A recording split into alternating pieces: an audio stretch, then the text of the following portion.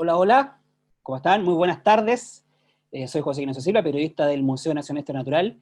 Les doy la bienvenida a todos y a todas a este webinar que hemos preparado junto con los amigos del Servicio Nacional del Patrimonio Cultural. Un webinar sobre un tema que a nosotros como Museo Nacional de Historia Natural nos ha llenado de mucho orgullo y está bien en la noticia. Hablamos de este huevo fósil misterioso, el huevo fósil de la Antártida, que descubrió uno de nuestros integrantes, que es David Rubilar, el jefe del área de paleontología. Pero tenemos más invitados de lujo que nos van a acompañar hoy día en este webinar. Quiero comenzar saludando al que es dueño de casa, porque estamos en el YouTube del Servicio Nacional de Patrimonio, y quiero saludar a Carlos Mayet, director nacional del Servicio Nacional de Patrimonio Cultural. ¿Está ahí, director? Hola, José Ignacio. Ahí lo Muy vemos muy buenas bien. tardes. Muy buen fondo. Encantado de estar aquí. Desde el Museo de Historia Natural, aquí estamos.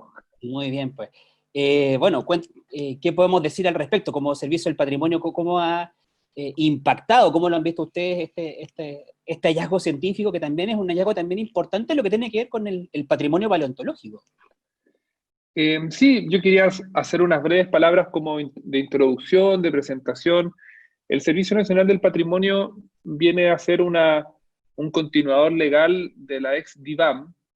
Yo creo que en este minuto debe haber muchas personas, no solamente científicos, sino que también personas, en el buen sentido, estudiantes, común y corrientes, ciudadanos interesados en este descubrimiento, en los avances que tiene el Museo de Historia Natural. Y en ese contexto, es muy importante también contar que la orgánica institucional funciona a través de también estos hallazgos tan importantes. En ese sentido, felicitar a todos los funcionarios y profesionales, funcionarias que trabajan muy constantemente, con mucho profesionalismo en el Museo de Historia Natural y que van a ir apareciendo ahora detrás de las cámaras. Eh, y decir también, José Ignacio, que esto es muy importante porque este tipo de hallazgos del huevo fósil de la Antártica fusiona un aspecto muy importante de nuestro patrimonio, que es la educación y la ciencia. Yo creo que una de las misiones que ha preservado siempre el Museo de Historia Natural es descubrir, investigar, pero también difundir y conectar con las comunidades. Y eso es muy relevante. La orgánica del Servicio del Patrimonio permite también que el Museo de Historia Natural tenga presencia en el territorio. Entonces, también por medio de diferentes tecnologías, que se va a conversar seguramente en esta instancia, vamos a poder también tenerlo presente en otras instituciones, en otras digamos, espacios culturales y patrimoniales de nuestra institución, como los museos regionales, como las direcciones regionales que tenemos presentes en el territorio, y no solamente como una visión desde Santiago. Así que ahí hay una misión muy importante que tiene el Museo de Historia Natural, que ha preservado durante más de 100 años este tipo de colecciones patrimoniales que permiten investigarla y que permiten difundirla y educar a toda la población. Así que eso, José Ignacio, muchas gracias por estar aquí en esta conversación. No, al contrario, gracias a usted por abrirnos la puerta, bueno, de la casa virtual, al menos de las redes del servicio. Y ahora quiero también dar paso a la dueña de la casa en la que yo trabajo, digamos, que es la directora del Museo Nacional de Historia Natural, María Isabel Orellana, que también ha visto de cerca todo este proceso y lo ha vivido también el impacto que ha tenido en la prensa. No sé si estará por ahí María Isabel, la directora. Ahí Aquí está. estoy. ¿Cómo está? Muy buenas tardes, directora. Hola, buenas tardes a todas y a todos. Bueno, para mí obviamente es un placer poder compartir hoy día con nuestra audiencia remota un acontecimiento científico tan importante para el museo. Y importante en muchos aspectos, no solamente por la connotación que tiene, ¿cierto?, para el conocimiento científico, sino que porque este acontecimiento de alguna manera refleja lo que es la naturaleza del museo. Quien está dentro de ese equipo de investigación, ¿cierto?, que hace ese gran hallazgo es David Rubilar, que es el jefe del área de paleontología del Museo Nacional de Historia Natural, pero que además es un antiguo niño visitante del museo, y creo que eso es una cosa muy importante, porque habla de la naturaleza, precisamente de la naturaleza científica de un Museo Nacional de Historia Natural, y que tiene que ver con que nosotros no solamente custodiamos los objetos que son producto del conocimiento científico, o que permiten acrecentar el conocimiento científico, sino que también tenemos una labor importante de conexión con las audiencias y de sensibilización con respecto a los temas científicos. Entonces, cuando una niña o un niño traspasa la puerta del museo, nosotros lo que esperamos precisamente es que esa motivación que nosotros tratamos de generar en este espacio, cale profundo en esa persona, no necesariamente quizás para ser científico, pero sí para utilizar el conocimiento científico como una herramienta poderosa de transformación social, de toma de decisiones, de aprender a vivir conectados colectivamente. Entonces, todas esas cosas de alguna manera se reúnen en este hallazgo, porque David ha estado relacionado con el museo desde que él era, ¿cierto? Era un niño que iba como visitante y que se empezó a interesar en este tema, que finalmente fue su razón, digamos, de vida profesional, que tiene que ver con la paleontología. Entonces, eso creo que es muy importante, porque permite posicionar al museo en lo que el museo es un espacio de exploración, de conocimiento, de encantamiento también, y de formación, también de formación profesional, también de formación vocacional. Entonces, eso es muy importante. Un segundo aspecto que es súper relevante es que pone en la palestra pública un trabajo que es bastante silencioso, que es el trabajo que tiene que ver tanto con la investigación científica como con la administración de las colecciones, con la manera como nosotros gestionamos las colecciones que están al interior de los museos. Y cómo de alguna manera ese conocimiento se hace público, se hace masivo, y de alguna manera democratiza el conocimiento científico, que es un conocimiento que a veces suele estar encapsulado o enclaustrado como en ciertas áreas, y la gente lo ve como algo lejano, como algo que no se puede hacer. Entonces, creo que este hallazgo demuestra, primero, que es una vía en Chile, es una vía posible de realización profesional, que cualquier persona puede hacer ese tránsito, y que finalmente ese conocimiento que se logra en este espacio va a estar a disposición de todas y de todos. Entonces, también al final vamos, obviamente, no vamos a adelantar la sorpresa ahora, pero también al final de la charla vamos a dar una pequeña sorpresa con respecto a eso, así que tú ahí me tienes muy al tanto para que no se nos vaya a olvidar, porque es un anuncio importante. Entonces, solamente agradecerle a David, porque con su trabajo serio, profesional, absolutamente dedicado a su área y a su profesión, nos tiene ahora tiene el museo en esta primera línea podríamos decir, de esta ciencia más pública, ¿no? De esta ciencia que sale más allá de las puertas del museo, y que de alguna manera también con eso visibiliza el trabajo de todas las científicas y los científicos del museo, y de todas las administradoras y administradores de colecciones que están día a día ahí preocupados de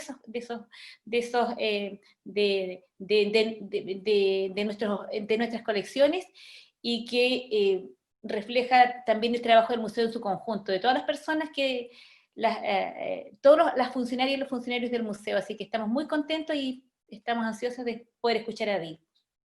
Bueno, no puedo dejar de hacer notar el fondo que se puso el director, muy buen fondo ahí, con el huevo. Esa es una de las impresiones artísticas del huevo. Así que, bueno, muy bien. Retomando precisamente el tema de las colecciones, ¿no? Y que este huevo, este fósil, ¿no? Es parte de una colección, y es parte de una colección científica. Quiero darle paso también a quien ve estos temas de cerca, y los ha visto durante muchos años ahora, es Christian Becker, que es nuestro jefe curatorial y científico, que, bueno, no solamente es el jefe de David, por así decirlo, sino que también es responsable y ha visto de cerca el proceso que tiene que ver con el depósito, de no solamente la colección de paleontología, sino que de todas las áreas del museo. No sé si Christian está por ahí. Ahí está, Cristian. Hola, José Ignacio, ¿cómo estás? Con un fondo muy idílico. Hola a todos que están siguiendo este webinar sobre este importante descubrimiento. Bueno, Como Cristian, bien sí. dice José Ignacio, nuestro museo resguarda colecciones desde hace ya casi 200 años. Muy pronto el museo cumplirá su segundo bicentenario. Y en ese largo periodo de tiempo ha resguardado importantes colecciones paleontológicas, arqueológicas y biológicas. El museo es el referente en cuanto al respaldo y resguardo de sus colecciones. En nuestro museo existen distintos profesionales, todos investigadores. Hay biólogos, hay arqueólogos, paleontólogos, biólogos marinos, y todos se dedican a cuidar estas colecciones, que las tenemos divididas en 6 grandes áreas. La colección de botánica, la colección de invertebrados, la colección de vertebrados, entomología, antropología y finalmente paleontología, donde hoy tenemos a David, que producto de sus investigaciones, junto a equipos que colaboran con él, porque la ciencia es así, es colaborativa. Nuestros investigadores son parte de grandes equipos de investigación. Y eso ha llevado a que hoy estemos presentando este importante descubrimiento, fruto de largos años de investigación. Quiero que ustedes sepan que muchas de las publicaciones que nosotros tenemos dispuestas en nuestro boletín del Museo Nacional de Historia Natural, que cualquiera de ustedes puede consultar en nuestro sitio web publicaciones.cl del museo, pueden ver las investigaciones. Cada investigación que aparece ahí, que pueden ser 10 o 12 páginas, corresponde a quizás 10, 12 años de investigación. Son largos procesos que finalmente llegan a resultados que hoy día nos va a sorprender, David. Y también quisiera también poner de relevancia algo, bueno, a propósito de las colecciones mismas y este mismo huevo, digamos, que ha estado depositado en el museo y que no ha estado abandonado. Recalcar lo que tú dijiste, también lo que dijo antes la directora respecto del trabajo de los que administran las colecciones, que no está botado, digamos, está bien cuidado, está bien mantenido, ¿ah? Y eso porque quizás la gente cree que nosotros arrumbamos las cosas en un rincón y las dejamos ahí y nos olvidamos. Eso no es así, hay un trabajo señero, muy, muy concienzudo de la gente que trabaja en las colecciones, todos los científicos y los administradores, como dijo la rectora, porque eso es importante tenerlo en cuenta. Y bueno, vamos a pasar al plato de fondo, ¿no? Vamos al evento principal, que es, yo creo que es el hombre del momento, ¿no? El hombre del momento, que es David Rubilar, el jefe del área de paleontología, uno de los participantes en esta investigación, responsable de este hallazgo que ha tenido resonancia mundial, ¿eh? Y que nos va a contar en detalle, porque hemos visto mucho en la prensa. Ahí vemos ¿cómo estás, David? Te saludo. ¿Qué tal, Gisa? ¿Cómo estás? Bien, bien. Hola a todas las personas que están asistiendo, digamos, a esta transmisión. Sí, bueno, yo te contaba que, bueno, este hallazgo que, bueno, para recapitular, que hizo noticia la semana pasada, el miércoles pasado, el 17, cuando fue publicado en la revista Nature, el artículo pero algo que tú sabías que lo esperabas desde hace mucho tiempo, pero que de ahí en adelante fue como una eclosión, y que hemos vivido como en la fiebre del huevo fósil hasta el día de hoy, y que sigue generando mucho interés, y que yo creo que la gente que nos está viendo hoy día aquí en el webinar está interesadísima, y yo ya no voy sin mayor preámbulo, te doy el pase para que nos cuentes todo sobre este hallazgo. Fantástico.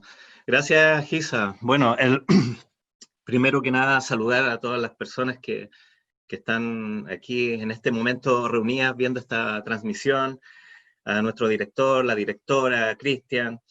Lo primero que debo decir es hacer una aclaración en el fondo, que claro, me señalan a mí como la persona del momento, como que te das cuenta, pero en realidad esto es el trabajo cooperativo, ¿ya? Sí, sí. Quiero sí, pero no quería dejar a nadie afuera, digamos.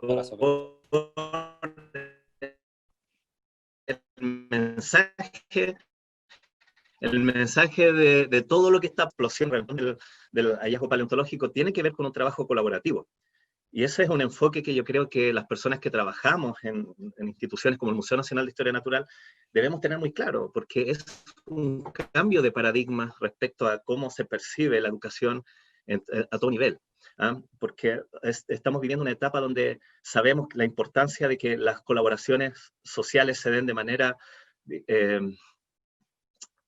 digamos, que como fenómeno espontáneo, ¿te das cuenta? Entonces la única forma de generar esa instancia es no fomentar los individualismos, sino que trabajos colaborativos. Y este justamente va a ser uno de estos ejemplos.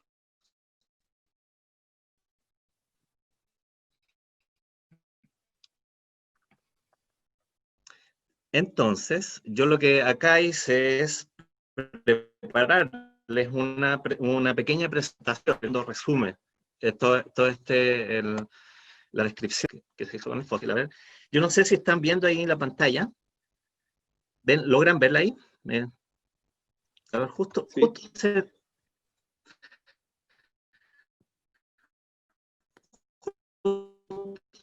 se me trabó un poco. A ver, ¿qué es lo que suele pasar en esto? No quiere que pasen estos temas. Suceden. A ver, ahí está. Ahí está. José Ignacio, no sé si me puedes decir si me están viendo a mí o a la presentación. ¿Me estás viendo a mí o a la presentación? No te escucho. No te escucho. Sí, estamos viendo a ti. Ah, perfecto, ya. Ahora vamos a pasar a la presentación. No es que no te queramos ver, pero la presentación es... Entiendo. Y ahí se ve la presentación entonces, ¿cierto? Ahí se ve la presentación. ¿Y se puedes apagar tu cámara ahí para que así...? Sí, eso voy a hacer ahora para que tengamos mayor eficiencia en la transmisión. Sí, buenísimo. Bueno, voy a comenzar. La presentación trata sobre el misterioso huevo fósil de la Antártica. Para las personas que ya no han visto en la prensa, de seguro, nuestra investigación parte en el año 2011. Cuando en ese momento, en el verano, en enero del 2011, éramos parte de un proyecto de investigación, un proyecto anillo de investigación, financiado en aquel entonces por CONICYT, cuyo objetivo era establecer las relaciones, tanto geológicas como paleontológicas existentes, entre la península antártica que vemos acá y el extremo sur de América del Sur.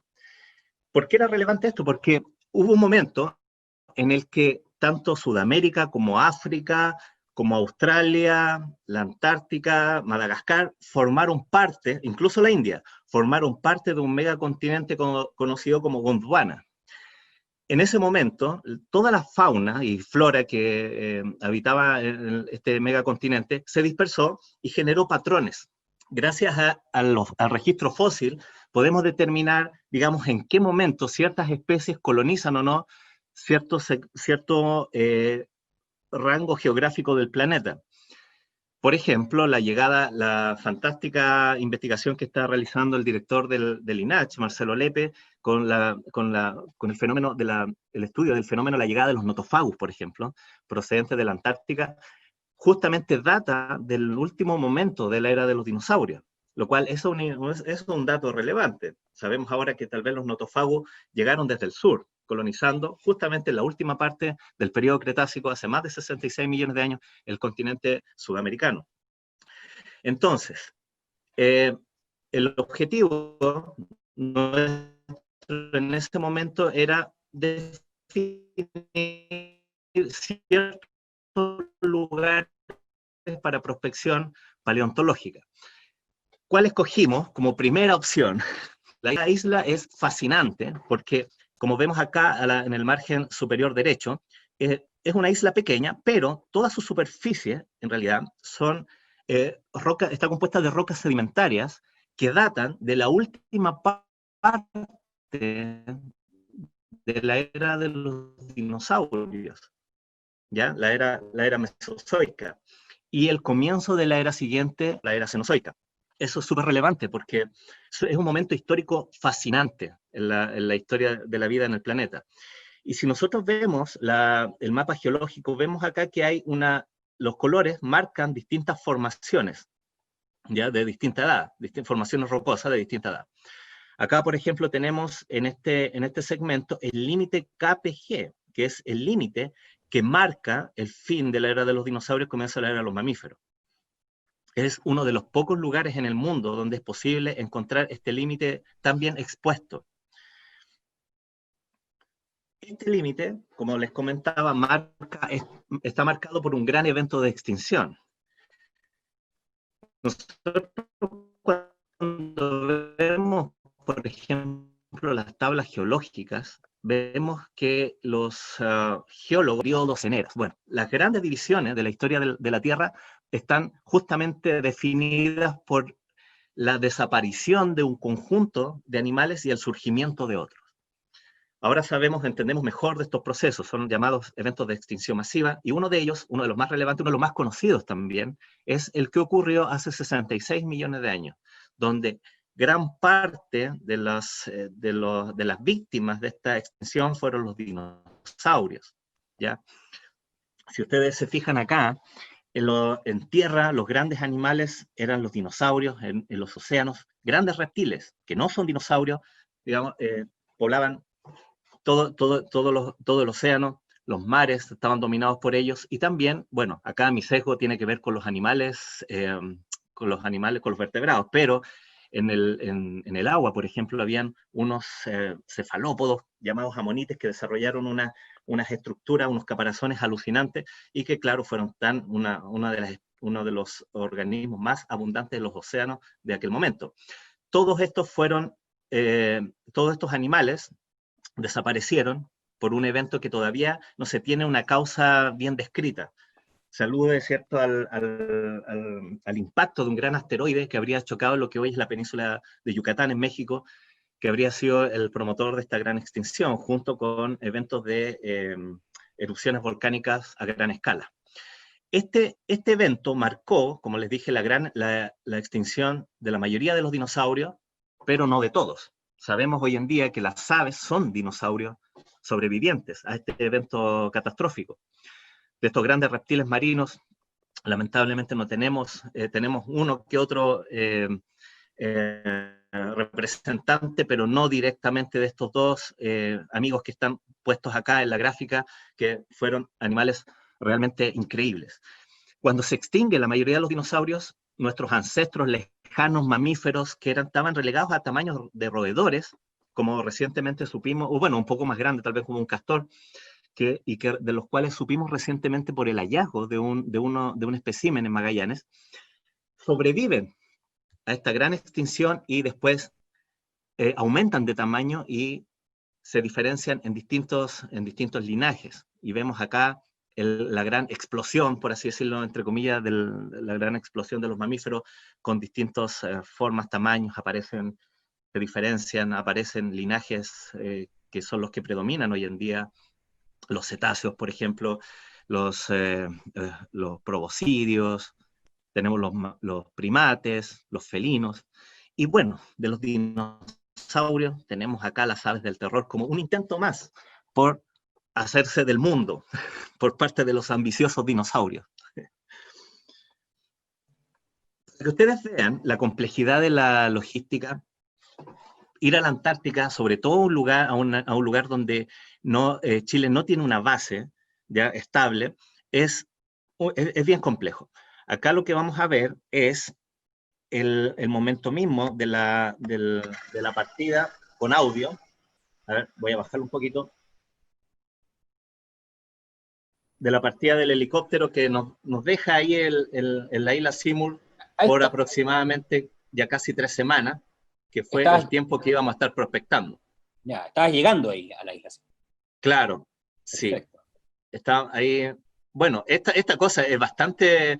Claro, las personas lo ven acá, se ve entretenido, pero no te niego que deja un poco de temor, porque obviamente ¿sí? cualquier imprevisto, ya sea, digamos, de corte médico, alguna emergencia, digamos, estamos muy lejos de ser rescatados, digamos, no es tan instantáneo No, como se espera, exactamente. porque en este lugar, digamos, uno navega mucho tiempo en un barco, sobre todo en la parte este de la península antártica, donde, como les comenté, Chile no tiene bases permanentes. Entonces, ahí lo que hay que hacer es entrar en cooperación, en alianza, digamos, con las bases de otros países. En esta isla, justamente una de las bases más grandes es la base argentina. Entonces, de hecho, con un aeropuerto, pero como, como está mostrado acá, digamos, ese es todo el equipo con el que estuvimos. Bueno, y ahí tienen, bueno, y la comida y todo eso, pues, para Toda sobrevivir. la comida para todo ese tiempo, el agua, ¿ya? El El agua agua también. es exacto, los bidones de agua, las carpas, todos los utensilios, la radio, todas las cosas van Porque, sí, en ese equipo. porque Ahora, se ve que es más o menos como un desierto, pero helado. es un desierto helado, y en este video lo que les quiero mostrar ahora es justamente las condiciones de este lugar. Aquí se puede ver. Como les comentaba, es una isla que está compuesta de rocas sedimentarias que, producto mismo de la nieve, del agua, se ha erosionado de manera tal que esa roca ya se pulveriza y vuelve a formar un sedimento, digamos, eh, fino, que al entrar en contacto con el agua forma un barro. Y si le sumas el hielo, digamos, se vuelve una cuestión bastante compleja, digamos, para el movimiento. Te hundes en el barro. Y así es como aparecen los fósiles en la superficie. Ahí vemos Justamente, algo. una de las cosas que o sea, que son la pesadilla para estar en esta isla, que es la erosión, digamos, de la roca, es justamente también, por otro lado, la gran bendición para la paleontología. ¿Te das cuenta? Porque expone material. A diferencia de lo que ocurre en desiertos, como por ejemplo el desierto de Atacama en Chile, donde no llueve casi nunca, tú haces una prospección paleontológica porque muchas personas piensan que los paleontólogos vamos a excavar a la primera, pero no, lo que hacemos es Claro. expectar, caminar, mirar por mucho tiempo antes de que ocurra un hallazgo. Y cuando ocurre, excavamos justo en ese lugar. En el caso del desierto de Atacama, ocurre que como tiene poca erosión, uno va en una campaña, en una temporada, digamos, vuelve al otro año y las cosas quedan más o menos iguales. Entonces hay poca aparición de fósiles. En cambio, en Oye, esta isla están apareciendo constantemente material y por eso es que van todos los años sendos equipos, sobre todo argentinos, digamos, de paleontólogos argentinos que van y excavan y traen siempre novedades. Lo que está acá, por ejemplo, esto que parece un tubo, es el caparazón de un amonite, de uno de estos cefalópodos a los que hacía referencia. estos grandes Parientes muy caracoles. lejanos de los pulpos, más que del caracol, digamos, son parientes de los pulpos, ¿eh? Son Perfecto. A la madre. otra estirpe, digamos, claro, y debieron ser, como te digo, muy alucinantes en formas y colores. Entonces, ahora me voy a detener acá y voy a pasar a lo siguiente. Y acá esta persona que quiero señalar aquí, gran amigo, es un gran paleontólogo, Un además gran de saludo Chile, ahí a Rodrigo Rodrigo. Otero. Un saludo. Exacto. A quien aprovecho de mandarle un saludo exactamente. Sí. Fue un agrado ir con él porque, Amigo de la bueno, casa. tiene ojo de lince para los terrenos paleontológicos. Entonces, él, como se dedica a los reptiles marinos, había descubierto parte del cráneo de un reptil marino conocido como mosasaurio, un enorme, que estaba reventado, digamos, en el piso, los dientes por todos lados. Justamente el video que vimos anteriormente era él recolectando estos materiales, Claro. y después de recoger gran parte de ese material, digamos, como quedaban todavía piezas en el lugar, decidimos ir a recogerlas, ¿ya? Las últimas piezas, porque uno siempre va con la esperanza de que vaya a encontrar algo más, ¿te das cuenta? Entonces, bueno, quedaban algunos materiales, volvimos con él, y cuando íbamos caminando, aparece esto. Así tal cual. Primero aparece un borde laminar. Lo excavamos pensando, y yo con la esperanza de que fuese un pedazo de cráneo, porque los cráneos, digamos, son como la gran recompensa en los terrenos paleontológicos. Ya es como de las piezas más codiciadas desde el punto de vista paleo, porque son las que te entregan más información de una. ¿Te das cuenta? A diferencia de una vértebra, digamos, donde tienes que entrar a especular mucho más, con un cráneo las cosas se vuelven mucho más interesantes y más fáciles. Acá lo que tenemos es la pieza que, bueno, como la mayoría de las personas ya habrá visto por los medios, se trata de un huevo, pero si lo piensa, es una pieza de como 30 centímetros, que cuando la desenterramos con Rodrigo no tuvimos la menor idea de lo que era. Claro. Entonces, en ese momento nos recordamos de ciertos materiales blandos, preservados como fósiles, como no sé si recuerda a alguien el famoso corazón de dinosaurio. Por un momento se pensó que se tenía un corazón de un dinosaurio llamado, creo que este es Celosaurus, donde incluso se veían las cámaras del corazón. Entonces era la gran novedad científica, pero a su vez estudios posteriores determinaron que era una concreción que se ubicó justo en el tórax del dinosaurio. Por lo tanto, no era tal finalmente. Nos llamó la atención este material por lo extraño. A nosotros nos pareció orgánico. De inmediato con Rodrigo dijimos, no, esto debe ser orgánico, pero como teníamos unos geólogos en el campamento, para mí era súper importante tener la opinión de ellos, porque de esa manera podíamos descartar cualquier tipo de formación, digamos, de corte inorgánico que tuviera estos pliegues misteriosos. Bueno, perdón, David, te interrumpo un poquito porque a propósito de justo lo que tú estabas hablando. Primero, antes de que continúe, mencionar que nos está viendo mucha gente, así que muchísimas gracias a los que nos están mirando y nos están acompañando. Y la gente también nos tiene preguntas. Y justo lo que tú estás diciendo, ¿qué tiene extraño este huevo? ¿Qué tiene extraño este huevo? Porque ahí nos cuentan en el chat de YouTube, donde nos llegan consultas, que cuesta creer que no se haya encontrado un huevo así antes. Es un hallazgo increíble, bueno, pero ¿cuál es la particularidad?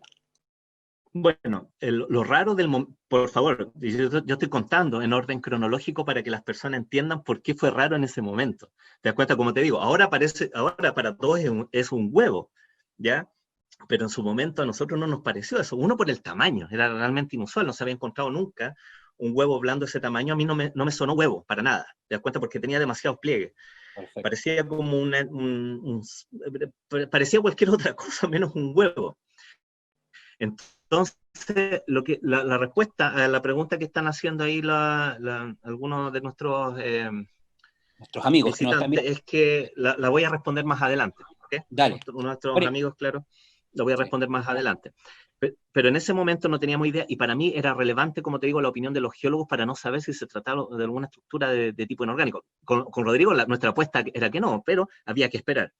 Como llegamos al campamento, la cara de los geólogos me dio la respuesta, digamos, no tenían la menor idea, y cada uno especuló una cosa distinta, pero concordaron que era de origen orgánico. A ellos les parecía más orgánico que inorgánico. Entonces, como cada persona tenía una opinión diferente sobre este material, es decir, hay como una metáfora acá, como que esta cosa se transformaba en función de la opinión de cada persona. Lo llamamos la cosa. Como tal cual o la película de John Carpenter del año 82. Un remake también. Entonces, hubo un remake también de eso. La cosa se va transformando, claro. Entonces, bueno, y permaneció, obviamente, y en paleontología también sucede mucho eso de que cuando el material es muy extraño, se vuelve más interesante. Entonces, obviamente, valía la pena llevarlo al Museo Nacional de Historia Natural y esperar ahí que con el tiempo se disiparan algunas dudas. Muchas de las cosas que hoy sabemos en paleontología a veces se reinterpretan de materiales que ya están en los museos porque se han ido sumando nuevos hallazgos, novedades sobre cosas de las que antes no se tenía la menor idea. Entonces, es muy importante estar revisando constantemente las colecciones. Y para eso están los museos. Hasta el verano del 2018 no tuvimos la visita, tuvimos la visita de un montón de gente, pero acá entra a jugar la doctora Julia Clark. Ella, de la Universidad de Texas, es una paleontóloga reconocida mundialmente, es experta en dinosaurios. Ahí, por ejemplo, lo que vemos es cuando estaba estudiando la estructura, una estructura vocal en aves de la Antártica, en las aves mesozoicas. Es como gracias a eso se pudo determinar los primeros cantos, digamos, de pajaritos que se empezaron a escuchar hace más de 66 millones de años. Entonces, ella estaba de paso por el Museo Nacional de Historia Natural cuando empezamos a revisar materiales de pingüinos. Ella estaba interesada en conocer qué teníamos de materiales de pingüinos fósiles en la colección. Y claro, al mostrarle los huesos también empezamos a hablar de otras cosas, como por ejemplo lo raro que son los fósiles de huevos de pingüinos. Los huesos de pingüinos son muy abundantes, sin embargo los huevos no. Entonces empezamos a especular sobre el entorno en el que se preservan, etc. Cuando recordé que teníamos algunos huevos preservados por los demás, pertenecientes a las hueras de antigüedad, lo estábamos revisando y estábamos generando una nueva línea de investigación con ese material cuando me acordé que teníamos el extraño fósil. Entonces le dije, mira, ¿sabes qué, Julia? Tenemos un material que es muy desconcertante, lo trajimos de la Antártica. Y cuando se lo muestro, me dice, de inmediato, esto es un huevo, parece un huevo aplastado. Entonces cuando de una te lo digo. En ese momento, claro, así como, fue como que, claro, vi la revelación. Y eso fue alucinante, porque fue en el fondo un segundo descubrimiento. ¿Te das cuenta?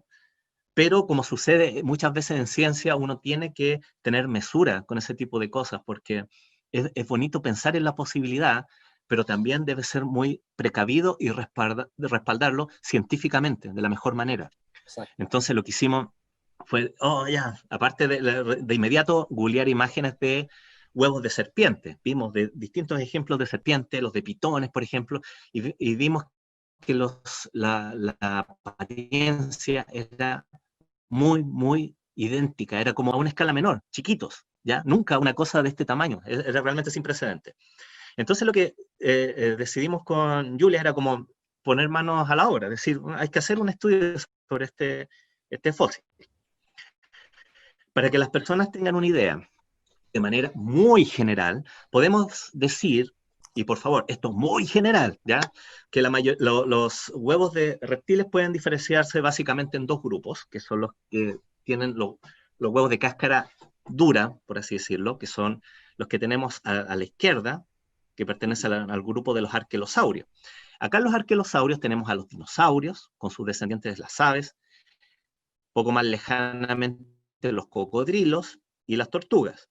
Mientras que por otro lado encontramos otra rama de diápsidos que son los lepidosaurios, grupo que incluye, por ejemplo, lagartos y serpientes. Y el tuátara de Nueva Zelanda. Eso es importante, ¿por qué? Porque si tú ves, por ejemplo, qué tipo de huevos pone cada uno, acá vemos los dos extremos. A la izquierda vemos el huevo de un pajarito, que es el que estamos acostumbrados a ver, digamos, que son los huevos que las personas, digamos, cuando rompen un huevo, cuando cocinan un huevo, se dan cuenta de su textura. Sin embargo, el ejemplar que vemos a la derecha es un huevo coriáceo, o los llamados huevos cuerosos. Porque, si ustedes se fijan, no se craquela, sino que se raja, ¿te das cuenta? Entonces, es como una piel. Cuando el animal, digamos, sale del huevo, cuando eclosiona este huevo, esta estructura queda ahí y tiende a descomponerse. A diferencia de lo que vemos acá en los huevos de cáscara, estructura inorgánica y orgánica es la que define si el huevo es duro o blando. Entonces, tal como les dije yo, acá hay una tendencia, en esta imagen hay una tendencia de que en este grupo encontramos más huevos de cáscara, la mayoría de cáscara dura y acá la mayoría de cáscara blanda. Pero hay matices. Esos matices te los da la composición de un tuátara de Nueva Zelanda, donde hay unos cristales de calcita que están sumamente desorganizados. Son los llamados huevos, esto creo que son llamados huevos semiblandos, si mal no recuerdo, flexibles, tienen un nombre de ese estilo. Al igual, o blandos también, algunas personas lo ponen en esa categoría, no es tan 880, te das cuenta, hay gradiente. Acá al medio tenemos el huevo de una, el huevo de una tortuga, ya el pedazo de cascarón de un huevo de una tortuga, donde hay cristales de aragonita que están organizados como unas verdaderas escamas. ¿Te das cuenta? Ahí se ven, como unas lentejuelas, por así decirlo. Un uniforme. Claro, tienen su estructura. Sí. Y finalmente vemos una cáscara rígida, como la que encontramos en un ave, donde estos cristales de calcita forman como unos cilindros. ¿Te das cuenta? Entonces es una estructura mucho más rígida. Entonces tenemos el gradiente desde los más blanditos, aunque este no es precisamente el más blando, hasta los más rígidos. Entonces, claro, hay una tendencia a encontrarlos más en una parte que en la otra. ¿Qué hicimos nosotros? Con Julia fue dividir el estudio. Por un lado, se tomaron muestras de la supuesta cáscara, porque hasta entonces era una supuesta cáscara, y por otro lado, llevamos, gracias a una colaboración con la clínica Las Condes, pudimos llevar nuestro espécimen a hacer una tomografía para descartar que no quedasen restos embrionarios o cualquier otro tipo de evidencia dentro del huevo, del supuesto huevo. Sí, claro, la estructura, como estaba plegada, nos indicaba que el huevo ya había eclosionado. Entonces, pero había que descartarlo, y efectivamente era así, no había restos, digamos, de algún vertebrado en su interior, no había restos embrionarios, mientras que los estudios de la cáscara fueron interesantes, porque demostraron que estaba compuesto de proteínas, ya principalmente el grueso de la cáscara son proteínas que están dispuestas de manera laminar, como vemos acá. Esto es el grueso de la cáscara. Hay una cubierta externa que se infiere es una capa calcárea. Lo que está marcado con RM es la matriz rocosa. Esta en este caso la externa y acá está la interna. ¿Te das cuenta? Entonces, ahí supimos de inmediato que este huevo, y por los pliegues, debía ser un huevo más afín al grupo de los lepidosaurios, ¿ya? Donde, recordemos, están serpientes y lagartos. Acá tenemos la tomografía, para que ustedes puedan ver la complejidad de la estructura. Impresionante. Como pueden ver, miren, sobre todo en esta imagen, quiero detenerme aquí, fíjense lo plegado que está marchito, de hecho, el huevo. No es como que el huevo se dejara como una superficie un poco doblada, un poco, ¿cómo es que se llama? ¿Más lisa? Abollada, un poco abollada. No, esta cosa está totalmente marchita. Eso yo creo que va a tener relevancia. Después, mire, fíjense los pliegues, por favor. Presten atención. Son realmente notables. Y bueno, como acá podemos ver más adelante, solamente tiene un relleno sedimentario. Ok. ¿Cuáles son las primeras conclusiones que se tuvo de esto? Que este huevo era, tanto por los pliegues como la estructura de la cáscara, pertenecía a un huevo de un animal cuyo productor era un animal afín a los lepidosaurios. ¿Te das cuenta? Acá, y además que es el huevo blando más grande alguna vez documentado. De hecho, a la derecha, acá tienes, por ejemplo, el huevo antártico, que después fue bautizado como Antarcticolitus, que significa el huevo de piedra antártico, comparado con el huevo más grande alguna vez documentado, que es de cáscara dura, del Epiornis maximus, que es un ave parecido al avestruz, que vivió hace pocos siglos en Madagascar, y comparados a su vez con el huevo de una gallina. Entonces, para que tengas una idea, este huevo es más o menos equivalente a 120 huevos de gallina, o a 12 huevos de avestruz. ¿Te das cuenta? Es realmente grande. Tremenda paila. Entonces, claro. Y mientras que nuestro Antarcticolitus no se queda muy atrás en tamaño. Esto estamos hablando de, creo que 32, 35 centímetros versus 29, casi 30 del Antarcticolitus. Entonces, esto obviamente generó una publicación científica donde quisiera compartir acá, porque cuando uno ve los artículos en ciencia, ve un montón de nombres, pero no asocia las caras. Yo aquí me dediqué, digamos, a buscar una foto, la más bonita, la más presentable de cada uno de del autor y de los coautores de este artículo. Está bien que los presenten y que los veamos, porque la gente te merece conocerlos por lo que hicieron. Así que, Exactamente, sí. no sean Y nombres. claro, acá tenemos a Julia, por ejemplo, y a Lucas, el autor principal, que su especialidad es la paleobiología. Entonces se dedica, digamos, a entender, digamos, este tipo de complejidades biológicas de masa, distribución trabaja mucho con lepidosaurios, es un especialista. Entonces, a él se le encomendó, digamos, liderar, llevar a cabo el guiar, digamos, esta publicación para que llegara a buen puerto. Y en la medida que se iban sumando datos, la cuestión se puso cada vez más interesante y yo creo que eso fue lo que justificó que se publicara donde se publicó. Y como un artículo, ojo, que Nature, digamos, están las cartas a Nature y están los artículos principales, que son cosas, yo pienso que tienen como otra connotación. ¿Ah? Que este es uno de los principales artículos.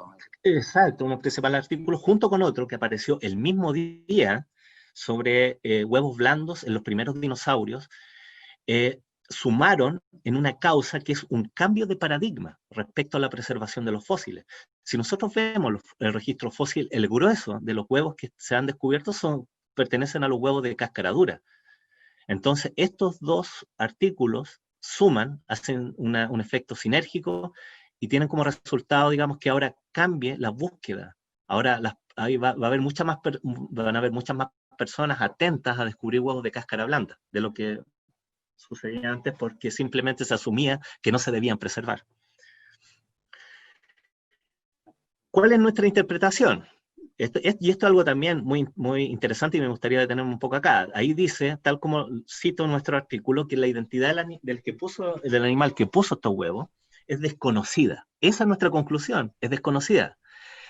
Pero tanto la morfología, que pertenece a un lepidosaurio, con el hecho de que donde lo encontramos abunden los restos de un gran lepidosaurio marino, porque recordemos que el huevo lo encontramos en sedimentos marinos, asociado a un montón de lepidosaurios marinos, hace suponer que uno de los principales candidatos son los mosasaurios.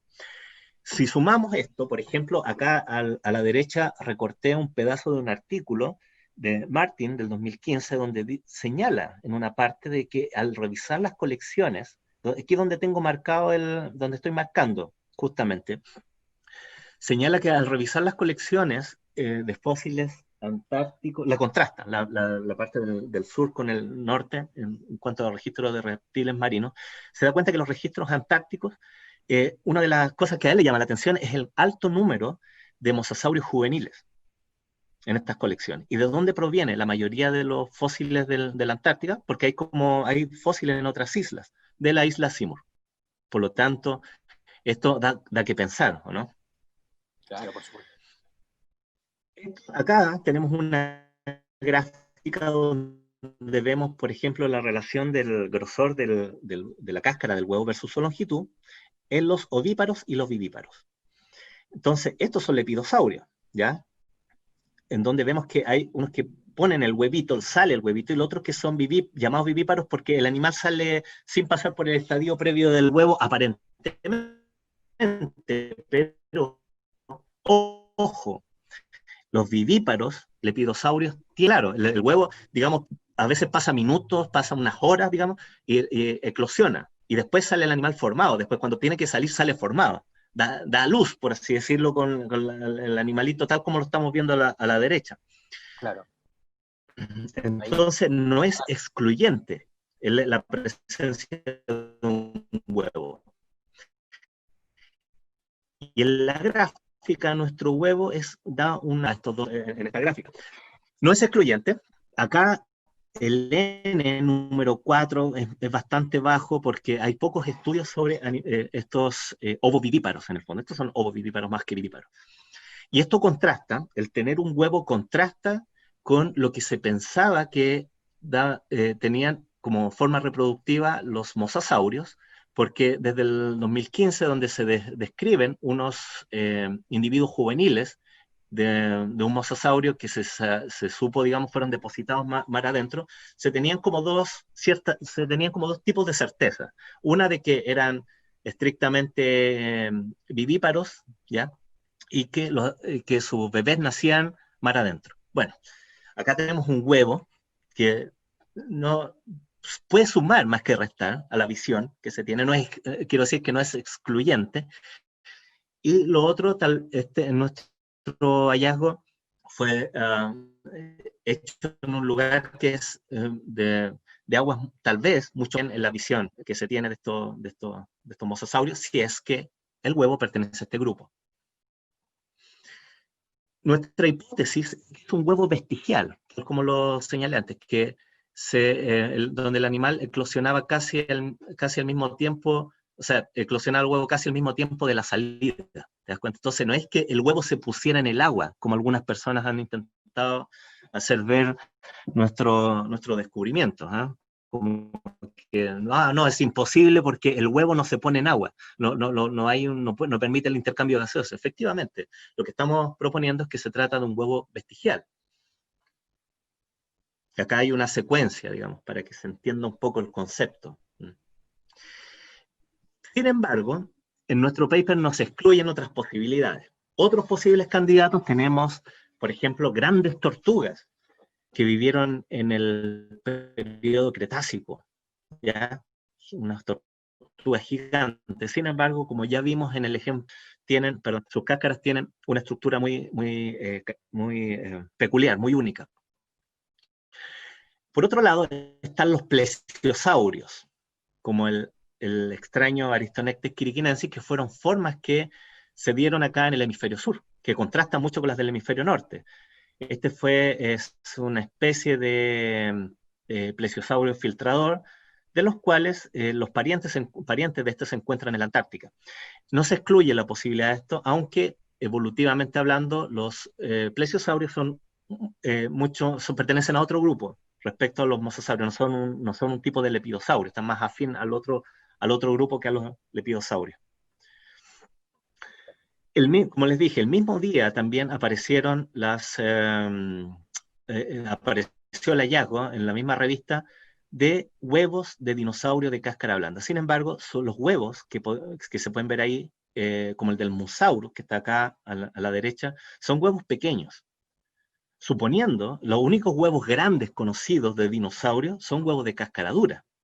Entonces, habría que entrar ahí, si hay gente que dice que no, que nuestro huevo es el huevo de un dinosaurio. Puede ser, pero habría que entrar a explicar ahí por qué la imposibilidad un poco de ese volumen con esa cáscara y entenderlo cómo es que no ocurrió un colapso, ¿te das cuenta? Lo cual para ese volumen es muy probable. Como digo acá, no hay grandes huevos de dinosaurio de cáscara blanda hasta ahora. Otra importante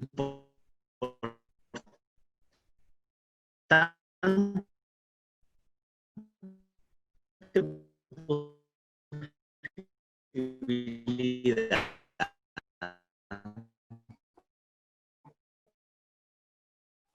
que también alguien lo entiende, digamos, y cuando yo les digo, iban a saber de inmediato a qué me estoy refiriendo. Bueno, el pterodáctilo era un animal chiquito, ¿ya?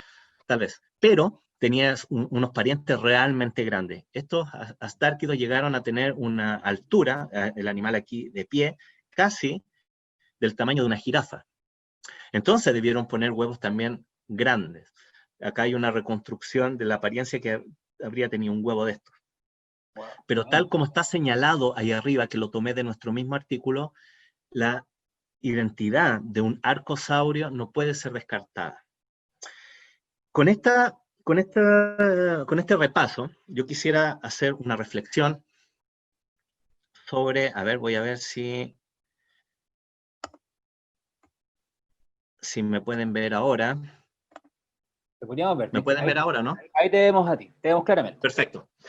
Quisiera terminar con un par de reflexiones sobre el hallazgo de este fósil. Una, que es que estamos ante un hallazgo sin precedentes. Los modelos que tenemos ahora para explicar el productor del huevo no dan el ancho, por así decirlo. O sea, es complejo. Entonces, como nunca nadie había descrito una cosa de esta naturaleza, es un desafío científico importante. Entonces, quiero hacer notar lo raro del hallazgo. El que no tenga precedentes lo hace un tema muy difícil y a la vez interesante en ciencia. Y lo otro es que tampoco descartamos cualquier otra posibilidad de productor de este huevo. Es algo que no quedó, creo que no quedó muy bien en la prensa, ¿ah? Porque se hizo mucho énfasis en la propuesta que tiramos sobre la mesa, pero es solo una propuesta. Que sea que pertenezca a un dinosaurio, por ejemplo, a un dinosaurio, sería el primer gran huevo de dinosaurio de cáscara blanda, es una idea, y primero antártico es alucinante. Que sea de un astárquido también, una cuestión muy importante. Que pertenezca a una tortuga gigante también, es un hallazgo particularmente interesante para la ciencia. Tampoco, como lepidosaurio, debemos descartar las serpientes. Habrán puesto las serpientes gigantes, de serpientes gigantes mesozoicas no conocemos tanto, ¿ya? Entonces, y menos de la Antártica. Puede ser, estamos abiertos a todas las posibilidades, pero insisto, cualquier productor del huevo, o un huevo de esas características, digamos, solo lo que hace es reforzar la idea de lo interesante del hallazgo, pero no lo desvirtúa en absoluto. ¿Por qué te digo esto? Porque he visto los debates que se han generado en Internet, y claro, hay gente que dice, no, que se niega la posibilidad del dinosaurio de huevo vestigial.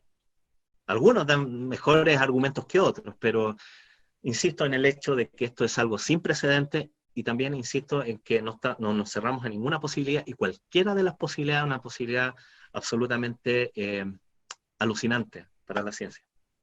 O sea, se está investigando esto y está en desarrollo plenamente. Pero exacto, está en desarrollo porque así es la actividad científica. Te das cuenta, la ciencia es un quehacer humano que tiene mucho en la recursión, en la revisión de sus conceptos, de sus procedimientos, de sus interpretaciones. ¿Te das cuenta? Tal vez lo que pensamos ahora cambie mañana. Eso no lo sé. Y también eso es lo rico de la ciencia, ¿eh? Eso es bonito estar como constantemente imaginando mundos posibles y transformándolo en función de la evidencia. Pero como te digo, nosotros nos movemos en base a un marco, al marco que te entrega los datos. Y en base a eso generamos una hipótesis. Si hay una mejor a partir de datos, bienvenido. Tanto mejor, claro. Bueno, y recalcar también el trabajo colaborativo. Tú hiciste los científicos. Tocaste el punto medular, Gisa. Sí, lo tocó antes Cristian, lo tocó la directora, o sea, el trabajo conjunto, porque vimos gente de Texas, gente de Chile, gente de la Universidad de Chile, gente del museo. Claro, y todos colaboran, todos.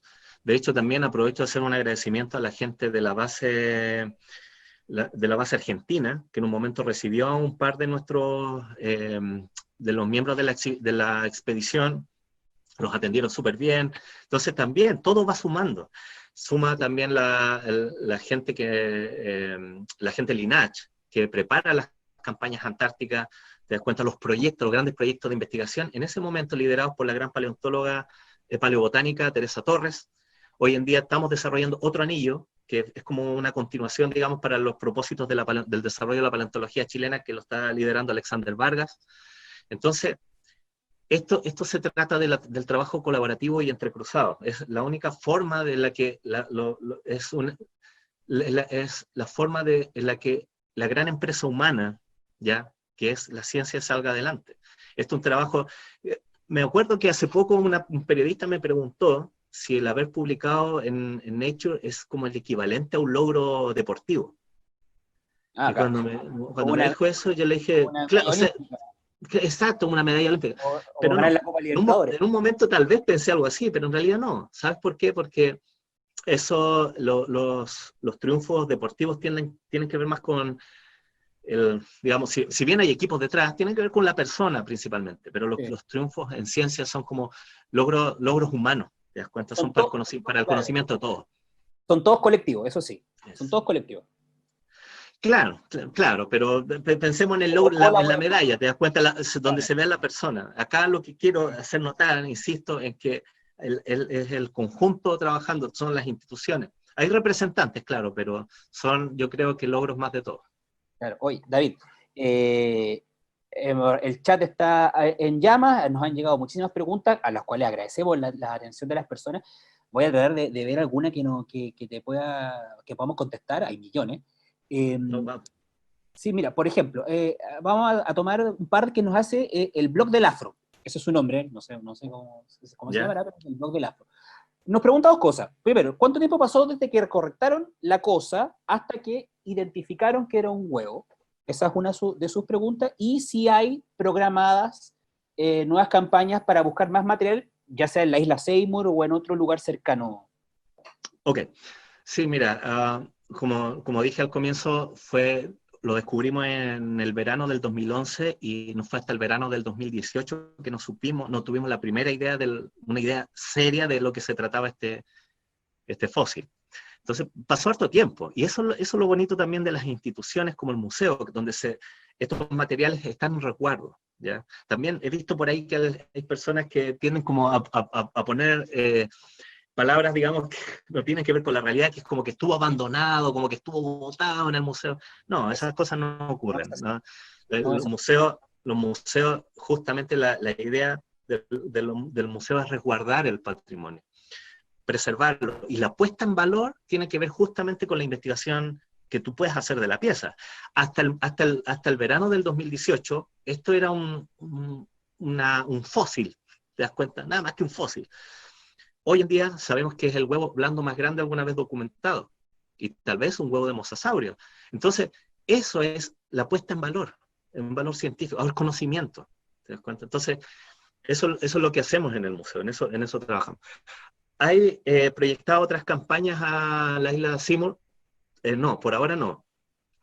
Me pregunta si quiero volver. También es ¿Sí? otra pregunta, claro, porque muchas personas dicen, oh, no, qué alucinante ir a la Antártica, pero en la Antártica pasan cosas muy extrañas, ¿no? Por ejemplo, las personas, claro, tú vas los primeros días, tomas fotos, te encanta ver los hielos, etcétera, encontrar fósiles, pero también ocurre que hay un desgaste emocional tremendo, porque la Antártica es un lugar que es bien árido, ya no hay vida. Así lo vimos en la foto. Ocasionalmente ves un pingüino, ¿cachai? Pero es un lugar que no tiene vegetación, por ejemplo, donde nosotros vamos, y Hay un es un árbol. lugar muy silencioso, hay mucha luz, entonces es pesado. El trabajo en terreno en la Antártica es realmente pesado. Yo por eso me saco el sombrero con la doctora Teresa Torres, que fue años a la Antártica a recolectar material. Entonces, todo lo que sabemos, mucho de lo que sabemos de la paleobotánica se lo debemos a ella, y las campañas realmente son extenuantes.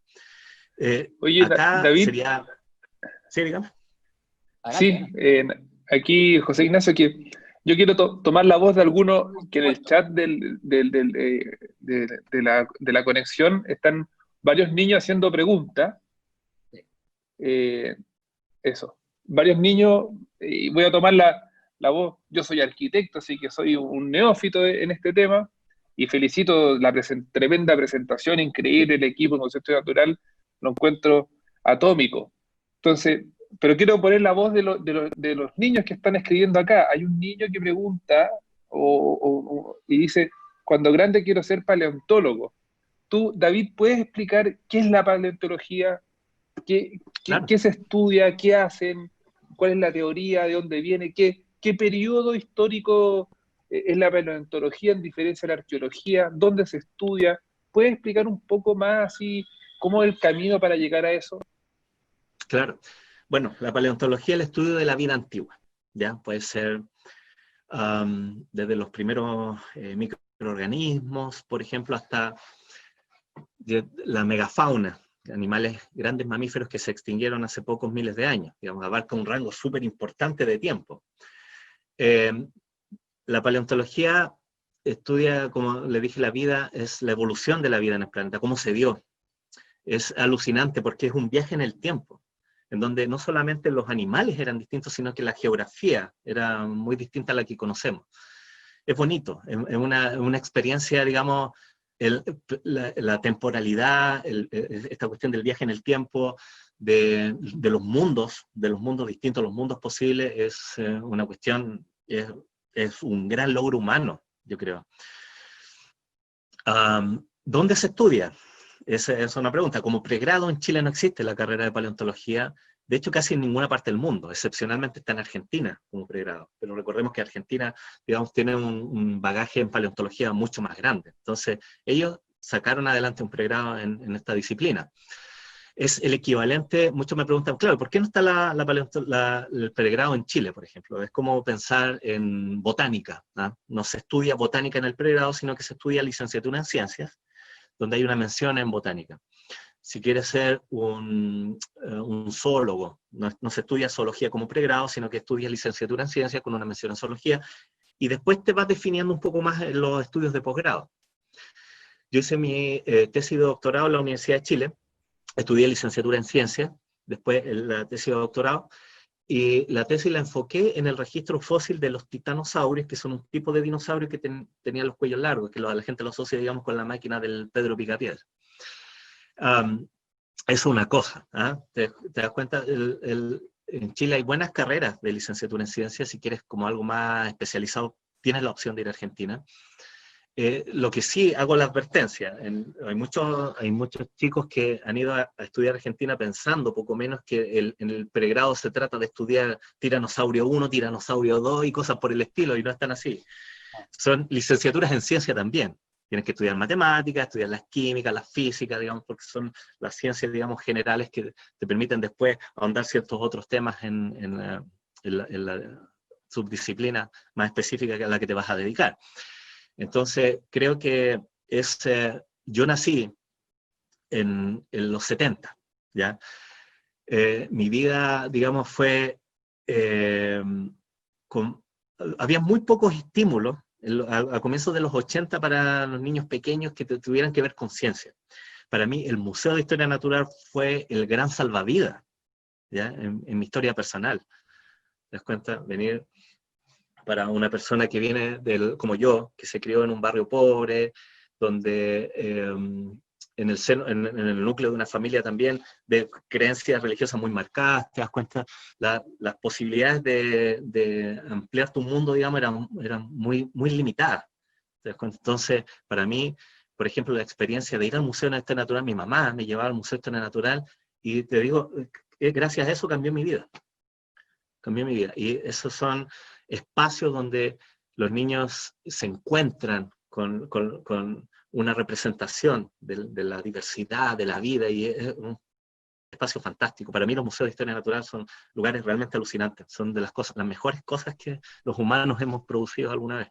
Exacto. Bueno, a propósito de lo que tú decías, David, interrumpir un poquito porque las preguntas aquí, exactamente relacionadas con los museos, ¿no? Dice, Valentina Orellana nos comenta en realidad, más que nos pregunta. Nos inspira la manera de entender el rol de los museos en el desarrollo científico, la internacionalización de los hallazgos patrimoniales y su impacto en la escena pública y social. O sea, hay justo lo que tú estabas poniendo sin duda. de relieve. Sí, sin duda. Los museos son espacios maravillosos. ¿Hay alguna otra pregunta? ¿De un niño, quizás? Porque también tenemos otras por acá, pero relacionadas no tanto con la niñez, sino con otras cosas. ¿Si lo puedo contestar? No, sí. A ver, tomo yo aquí la posta. Nos preguntan, ¿cuál es volviendo al tema ya específico del hallazgo, ¿cuál es el clima en la zona al momento del hallazgo? O sea, perdón, no del hallazgo, sino que el clima en la era donde debió haber vivido este animal desconocido. Sí, sin duda, mucho más cálido que ahora. Mucho más cálido. Había una vegetación, habían bosques, habían dinosaurios, de estos dinosaurios ornitópodos, los llamados picos de pato, que eran unos herbívoros. Habían dinosaurios que eran como parientes de estos anquilosaurios, de estos animales que tenían como unos escudos dérmicos, óseos, estaban bien blindados. Era un lugar muy distinto al que conocemos. También un lugar que el hecho de permitir el desarrollo de grandes reptiles marinos te habla un poco de las condiciones que había en la era mesozoica. Obviamente, hacia el final de la era de los dinosaurios ocurre un cambio, cambios en la temperatura global que fueron drásticos. De hecho, cuando mencioné la posibilidad de que el asteroide haya sido el gran causante de la extinción de los dinosaurios, es la teoría la teoría popular, pero no es la única. ¿Te das cuenta? Y para entender mejor estos fenómenos de extinción hay que ver la dinámica del planeta en ese momento, y estaba pasando por unos cambios realmente notables. Habían grandes por ejemplo, estos mares epicontinentales que habían dispersos en todo el mundo, empezaron en una etapa regresiva. Se estaban, digamos, se estaba capturando agua en alguna parte. ¿Te das cuenta? Empezaron a bajar las temperaturas. Por lo tanto, no es como lo vemos ahora, pero para el Mesozoico, digamos, esto fue un cambio notable. No sé si eso responde un poco la pregunta. ¿Qué temperaturas o qué otros animales, por ejemplo, qué clima había en esa época, David, en el sector donde estaba, digamos... Sí, como te digo, el sector mismo donde se produjo el hallazgo era un fondo marino, ¿no? En tierra, ya no tengo el dato exacto, pero claro, en tierra sé de hallazgos en localidades cercanas, habían bosques, habían reptiles, por lo tanto debió ser un clima mucho... La temperatura, el dato exacto de la temperatura no lo desconozco. Pero lo que sí sé, por ejemplo, con el caso de los hallazgos en el sur de Australia, que si vemos el mapa de cómo estaba dispuesta Australia en el Cretácico, y vamos a ver que ocupaba una posición latitudinalmente más alta de la que tiene ahora, que es inserta, digamos, en el círculo, creo que estaba inserta o muy cercano al círculo antártico, tenía estaciones súper marcadas, donde el invierno era frío. ¿Te das cuenta? Es más o menos lo que se está evidenciando ahora con los hallazgos en el otro extremo, en el Ártico. Los dinosaurios hacia fines del periodo Cretácico pasaron por los extremos, las latitudes altas, por así decirlo, más alejadas del Ecuador.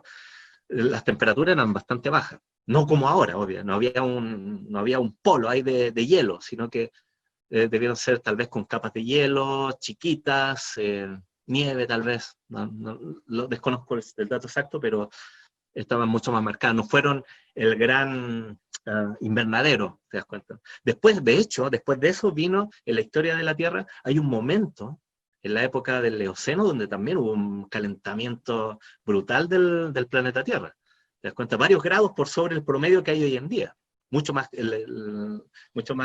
tibio que la temperatura que tenemos hoy en día. Entonces, si hay alguna lección que te da el entender la biota, la flora, la fauna del pasado, es que también desde el punto de vista climático han habido cambios, vaivenes climáticos súper marcados. No es como que tienen, ojo, lo que quiero decir no es que no estoy justificando, digamos, el cambio climático, solo estoy diciendo de que a través de la historia, digamos, han habido momentos del planeta donde han sido unas locuras, que para nuestro entender de las temperaturas globales son realmente cosas demenciales. Oye, David, mira, nos llegó más preguntas. Ya. Esto ya un poco nos estamos poniendo un poquito, entre comillas, Jurassic Park, por ejemplo, Lucas Franco Galás, nos pregunta si es posible que de un fósil se pueda obtener ADN y revivir una especie de dinosaurio. Ok, sí, es una pregunta que constantemente me hacen. Exacto, repetida, pero siempre interesante. Bueno, ¿podemos extraer restos de ADN? Sí, se ha hecho. Y de hecho del Tyrannosaurus, dinosaurios de ese estilo. Sin embargo, ¿para qué te sirven esos trozos? Recordemos que es el ADN. El ADN son moléculas. Entonces tú cuando tienes estos trocitos, lo que te sirve es justamente compararlos con trocitos que deberían ser más o menos equivalentes y te permite saber con qué otro organismo te relacionas más. Te das cuenta de la misma manera que hay como estas trazas de paternidad, digamos, cuando hay dudas, está la prueba del ADN, esto mismo te sirve, pero a nivel ya más global, donde se comparan especies diferentes. Solo para eso. ¿Tú puedes generar un dinosaurio a partir del ADN? Por sí solo no. La respuesta es no. Yo te puedo pasar a ti, José Ignacio, por ejemplo, un tubo de ensayo con el ADN de un tiranosaurio completo, y te digo, hazme un tiranosaurio. La respuesta va a ser no. ¿Por qué? Porque el ADN es un componente importante nuclear, digamos, relevante, digamos, en el tema de la constitución de un organismo, pero no es el organismo. ¿Te das cuenta? La cosa es más compleja que eso. Hay un montón de otras estructuras que funcionan de manera concadenada, ¿ya? Y eso genera el ser vivo. No es la molécula por sí sola. Te das cuenta, lo de Jurassic Park es una alucinación. Por ejemplo, esto es como el ejemplo del reloj de cuerda, un ejemplo súper bueno. ¿Te das cuenta? De hecho, te estoy dando una definición que dio el Maturana, Humberto Maturana, el gran biólogo chileno, donde le preguntan cuál es la relevancia del ADN en un ser vivo, y la relevancia dice que es como el ADN es comparable a la constitución política de un país, hablando justamente por la contingencia. Es un elemento central, pero no especifica la historia del país, ¿te das cuenta? El ADN es lo mismo, es una cosa central, pero no define al ser vivo. Entonces, es como tener, por ejemplo, un reloj de cuerda, donde tú quieres estudiar el fenómeno del segundo. Tú dices, mira, tienes un reloj de cuerda, lo ves, dices, quiero saber qué genera el segundo.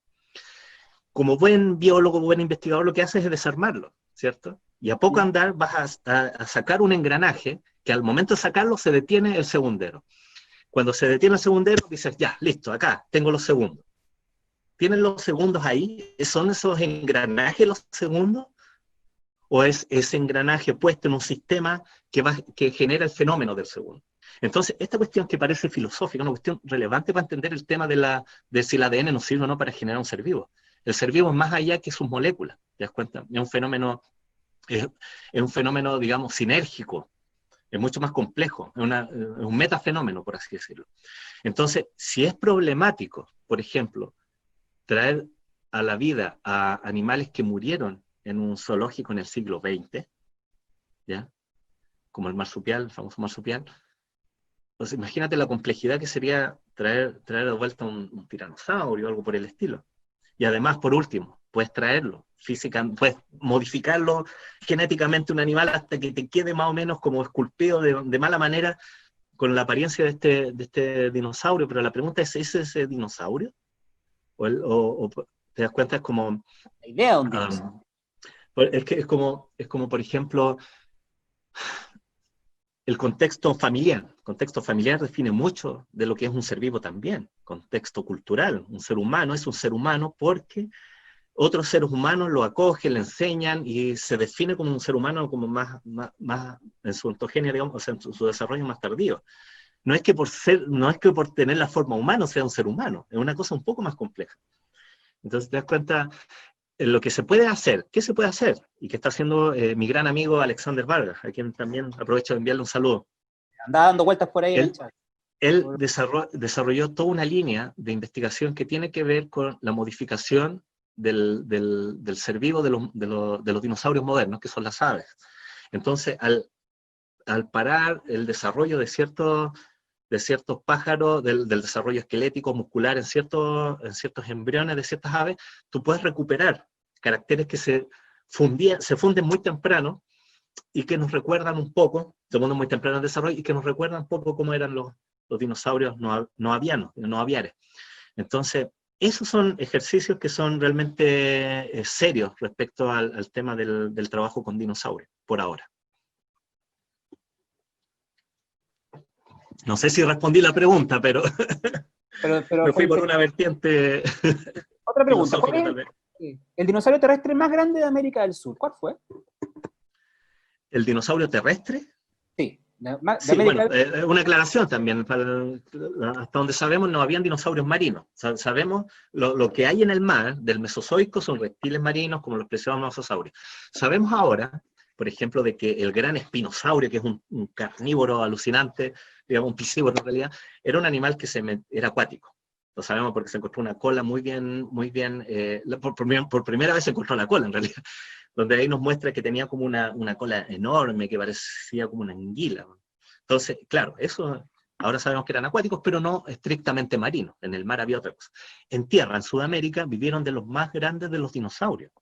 ¿Te das cuenta? Está el Patagotitán, que es un titanosaurio enorme. Fueron animales que alcanzaron más de 30 metros de largo. ¿Ya? 30 metros. O sea, para que las personas tengan una idea, una referencia, digamos, un bus del Transantiago con la oruga tiene aproximadamente 18 metros de largo. Entonces sería un par de esos buses, más o menos. Claro, exactamente. Oye, y disculpa, ¿por qué fueron tan grandes? Eso es una cuestión muy interesante, porque no solamente fueron grandes porque no tienen la misma estructura ósea que un mamífero, ¿ya? Ellos tienen sus huesos excavados, tenían una estructura excavada, sino que también porque las articulaciones, nosotros vemos que en los mamíferos de gran tamaño, como los elefantes, las articulaciones como que encajan perfectamente, ¿te das cuenta? Hay un encaje perfecto. Mientras que las articulaciones de los grandes dinosaurios, vemos que hay como unas estructuras que son, no encajan a la perfección, sino que son unas epífisis o extremos del hueso que están sumamente, ¿cómo decirlo? Están como un poco erosionados. ¿Por qué? Porque eso te demuestra que ahí habían unos colchones de cartílago, digamos que funcionaban como verdaderos amortiguadores para sustentar esos pesos enormes. Buenísimo. Oye, David, bueno, por último que nos llega una felicitación por el libro de Dinosaurios de Chile. Qué bueno, gracias. A Rincón Terrícola que te mando una felicitación por ese libro que lo tuvimos en venta y que es un librazo espectacular, esperamos tenerlo nuevamente. Ya como Gracias. para ir cerrando, yo quisiera quizás abrir la palabra quizás a que nos han acompañado hoy, a ver si nos quieren hacer alguna reflexión más, quizás al director ahí, o a Cristian, o a la directora, que si quieran tomar la palabra para ir redondeando ya esta instancia que hemos compartido y todo esto que nos está pasando con este juego. No sé si alguien quiere tomar la palabra o compartir alguna reflexión. Quizás Cristian podría, o sea, abro el micrófono ahí para que nos acompañen hoy día, el director, la directora o Cristian, quizás quieran aportar algo relacionado también con todo lo que es la ciencia, patrimonio. José Ignacio, escuchando la entretenida, y vi algunos comentarios que algunos querían ir al museo como voluntarios. Les cuento que nosotros en el museo tenemos dos caminos para poder ingresar. Uno, si tú eres estudiante y quieres revisar colecciones para poder estudiarlas para tu tesis de pregrado o tu tesis de posgrado, en nuestra página web tenemos un link sobre los servicios y ahí están los patrocinios. Tú presentas tu proyecto de investigación, el cual es revisado por el área curatorial, y podemos darte acceso a las colecciones para que puedas estudiarlas para tu tesis o algún estudio en particular que tú tengas con algún financiamiento. Por otro lado, también están los voluntarios, donde son estudiantes a veces de pregrado o a veces de los últimos años de la enseñanza media que quieren participar y ayudar en el registro y en la documentación de nuestras colecciones. Ellos postulan a cada área solicitando ser voluntarios y de acuerdo al tiempo que tengan disponible nuestros curadores o administradores de colecciones para poder tutoriarlos, podemos aceptarlos para que sean parte de nuestro staff de voluntarios. Nuestras áreas, en particular paleontología, es una de las que tiene la más alta demanda de voluntarios y muchos están trabajando ahí. Es una primera forma de acercarse al mundo de la investigación y de la documentación de colecciones. Por lo tanto, invitamos tanto a los estudiantes que quieren revisar colecciones como a los que quieran ser voluntarios que puedan enviar sus solicitudes. Una vez que esta situación sanitaria pueda volver a normalidad y los protocolos para trabajar dentro de los laboratorios estén ya definidos, porque lo primero que todos tenemos que resguardar nuestra salud. Así es, tenemos que cuidarnos entre todos, bueno, y va a pasar un tiempo antes que vamos a ir retomando lentamente ese trabajo, pero la gente que nos quiere contactar se puede meter a nuestra web, www.mnhn.cl, ahí hay medios de contacto, seguimos recibiendo preguntas, seguimos también contestando todo lo que nos llega. Gracias, Cristian. No sé si quizá la directora quería acotar algo al respecto, también hacer su reflexión hasta cierre.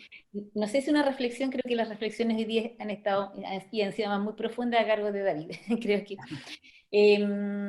a mí me gustaría rescatar, pero primero felicitar a David por la excelente charla, porque además de ser un muy buen científico y un muy buen divulgador científico, dos cosas que se agradecen enormemente porque son muy importantes las dos dentro de un museo. Una cosa es desarrollar conocimiento científico y la otra es poder compartirlo con un público no especializado, que es un gran desafío porque implica simplificar el lenguaje pero no bajar la densidad del contenido, y eso es una tarea sumamente compleja. Entonces le agradezco a David su intervención porque creo que reunió las dos cosas y creo que eso es algo que también refleja un poco el espíritu del trabajo en el museo. Me gustaría quedarme con una cosa que dice David, que me parece súper importante cuando él plantea esta idea, ¿cierto?, de imaginar mundos posibles. La ciencia es eso, ¿no? Es imaginarse esos mundos posibles, y eso se hace a partir de lo que en metodología se llama, o en el estudio de la ciencia, de la, se llama la controversia, ¿no? La ciencia avanza a partir de controversias. Y bueno, es súper bueno, o sea, uno siempre le dice a los alumnos, la ciencia avanza así, cuando le hace clases de metodología, pero cuando uno ve eso en la práctica, es súper gratificante, ¿no? Ver cómo efectivamente esa controversia que se instala, que la controversia es una palabra que en ciencia no tiene esa connotación, ¿cierto?, necesariamente negativa que podría tener en otro aspecto, sino que tiene que ver con esta idea como de imaginarse algo nuevo, algo que alguien no se ha imaginado antes, y a partir de eso trabajar, o imaginarse otra respuesta posible para algo en lo que se pensaba que había una sola respuesta. Entonces, creo que eso ha quedado súper reflejado en la charla de David, me parece que es súper importante, y lo otro que él también ha hecho harto énfasis, que tiene que ver con esto de la ciencia colaborativa, ¿no? Esta ciencia del siglo XXI, que ya no es la ciencia de ese sabio, muy respetado aún, ¿cierto? Muy respetable, además, porque en el caso del museo nuestro, esos sabios, esos grandes sabios son los que le dieron origen. Pero en la ciencia del siglo XXI, nadie puede manejar todo el conocimiento. El conocimiento es multidisciplinario y además atraviesa fronteras. Entonces, el trabajo investigativo es un trabajo que apunta a eso, ¿no? A relaciones que se establecen con otras personas, con otras instituciones, con otros países, y esta investigación lo demuestra, ¿no? Demuestra cómo esas sinergias se van alineando, y eso finalmente permite poder contribuir enormemente al conocimiento científico. Entonces creo que eso es algo que es muy, muy, muy importante. Así que yo creo que también, y bueno, y nuevamente felicitarte, David, por esto, pero que también me gustaría que quedara claro que esto no es el inicio de David, sino que es, como diría la Mafalda, esto no es el acabose, es el continuose del empezóse de ustedes. Bueno, él empezó hace mucho tiempo en esto, y es un trabajo también que la ciencia tiene, los tiempos de la ciencia no son los tiempos quizás a veces tan rápidos, ¿cierto?, de lo cotidiano, sino que son procesos largos que requieren mucho tiempo. Él lleva muchos años trabajando en esto. Ese hallazgo se produjo en el 2011, estamos en el 2020, y recién hay un artículo científico que le puede dar cuerpo a ese descubrimiento. Entonces, eso es muy importante, porque ese tiempo, la ciencia requiere de ese tiempo. Y ahí es donde a veces se entra en conflicto con los financiamientos que no permiten ese tiempo. Los financiamientos permiten tiempos acotados, y eso muchas veces es súper frustrante para la comunidad científica, pero ese tiempo es necesario para poder tener la reflexión, para poder hacer todos estos cruces, para poder contactarse con otras entidades o con otros investigadores y otras investigadoras. Entonces, efectivamente, el tiempo también es un tema que es muy importante, y que también queda claro en esta investigación, que parte, digamos, con ese hallazgo, pero ese hallazgo no es el inicio. Ya, es parte de un proceso. La ciencia es un proceso permanente de intercambio, de generación de hipótesis, de contrastación de resultados. Entonces, es un proceso permanente. Lo bueno de estos hallazgos es que nos permiten visibilizar todo ese proceso, pero son parte de ese proceso que es fundamental para el desarrollo científico, y es fundamental para, efectivamente, en el caso de los museos, para que este conocimiento además pueda estar al alcance de personas comunes y corrientes.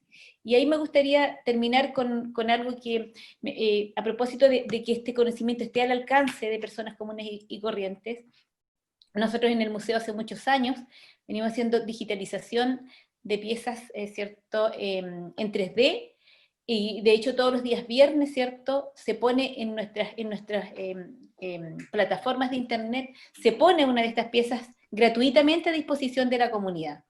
Y esas piezas son lo que, ¿cierto?, en jerga del museo se llama un calco, una reproducción que es idéntica, que tiene todos los atributos de la pieza original. Entonces, y que quedan liberadas y de acceso gratuito para cualquier persona que las quiera utilizar. Investigadoras, investigadores, docentes, y cualquier persona que le interesen estos temas. Entonces, lo que nosotros vamos a hacer ahora durante este tiempo que viene, digamos, obviamente ustedes saben, es un tiempo complejo, a veces no con la celeridad que se requeriría, pero es un compromiso que como museo nosotros hoy día estamos, digamos, dándoles a conocer a ustedes, es que vamos a digitalizar este huevo, va a estar, y va a estar de distribución gratuita, para que cualquier persona pueda tener acceso a él, para que cualquier científico de cualquier parte del mundo, que a veces no tiene los recursos, porque son laboratorios pequeños, gente que no tiene los recursos para poder tomar un avión, ¿cierto? Y atravesar el Atlántico y llegar, ¿cierto?, al último confín del mundo, como nos llamaban en el siglo XIX, ¿cierto?, a conocer este hallazgo, para que también lo pueda conocer y pueda trabajar con él. Así que eso es un regalo que nosotros queremos entregarle a nuestras audiencias, sobre todo en este tiempo que hemos tenido que estar alejados de ustedes, que ha sido bien doloroso, bien complejo, de pasar de un museo lleno a un museo vacío y después a un museo cerrado. Ha sido un tránsito que no ha sido fácil para las personas que trabajamos en estos espacios, y hemos buscado muchas maneras de contactarnos con ustedes, y creemos que esta es una en la que además podemos contribuir al conocimiento, así que es un regalo para toda esa gente que nos quiere y que nos sigue. Es excelente noticia, pues, mira, David está ahí aplaudiendo, saltando casi en una pata de alegría, está muy contento.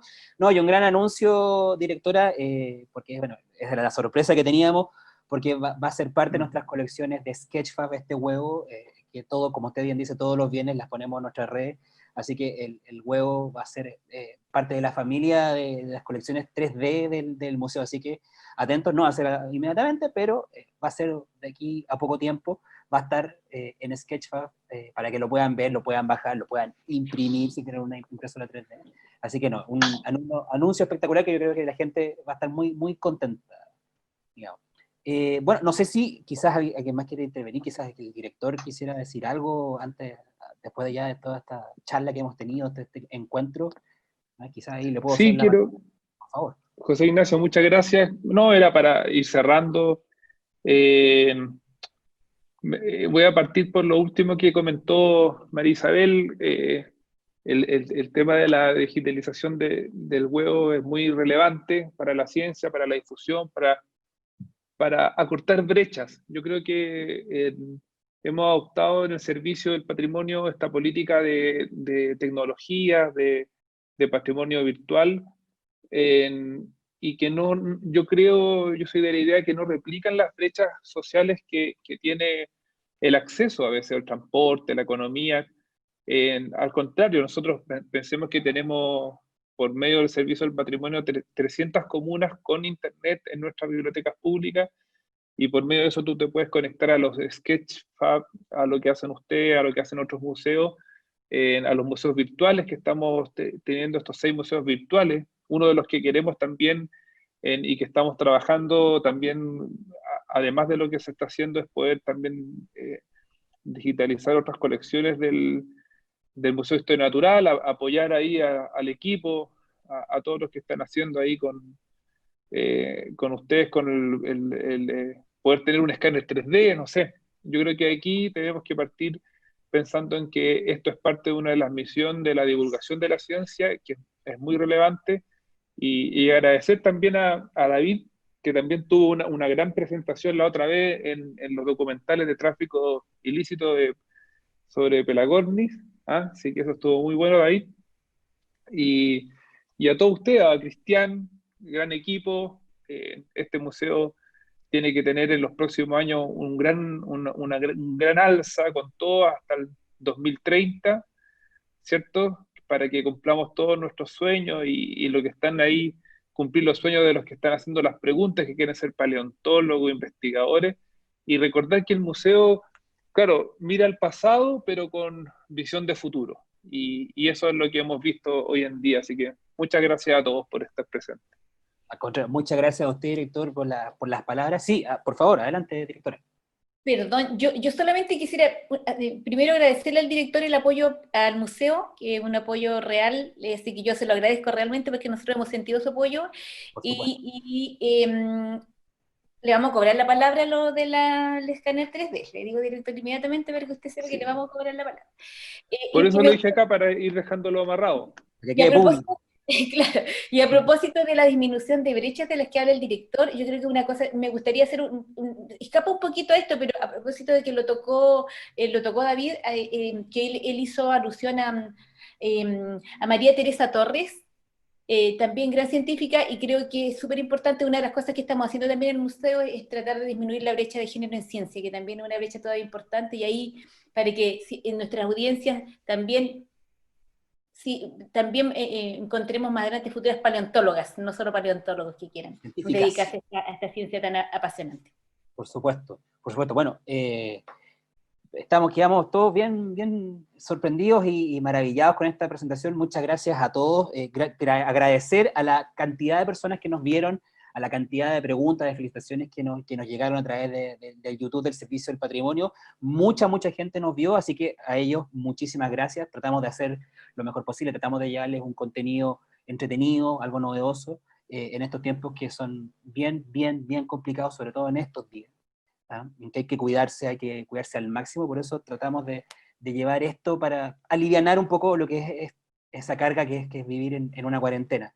Y agradecer también, por supuesto, quiero agradecer también a la directora del museo, María Isabel Orellana, agradecer a Cristian, el jefe cultural y científico, por supuesto también agradecer a quien nos prestó la casa digital en este caso, que es al director del servicio, Carlos Mayet, que también nos acompañó y también nos ayudó con las preguntas. Darle las gracias y fundamentalmente darle las gracias, sumar los agradecimientos a David, felicitarlo por su trabajo, agradecerle también y felicitar a quienes también integraron su equipo de investigación de todos lados, de la Universidad de Chile, del INACH, de Estados Unidos, de Texas. Darle las gracias a ellos porque nos han regalado algo que nos va a tener también ocupados, interesados durante un buen tiempo. Así que muchas gracias, David. Y nada, pues, muchas gracias a todos y todas por sintonizar y esperamos encontrarnos en alguna futura instancia tan buena como esta y mejor. Que esté muy bien. Gracias a ti, José Ignacio. Gracias. Muchas gracias. Chao. Que esté muy bien, nos vemos. Chao.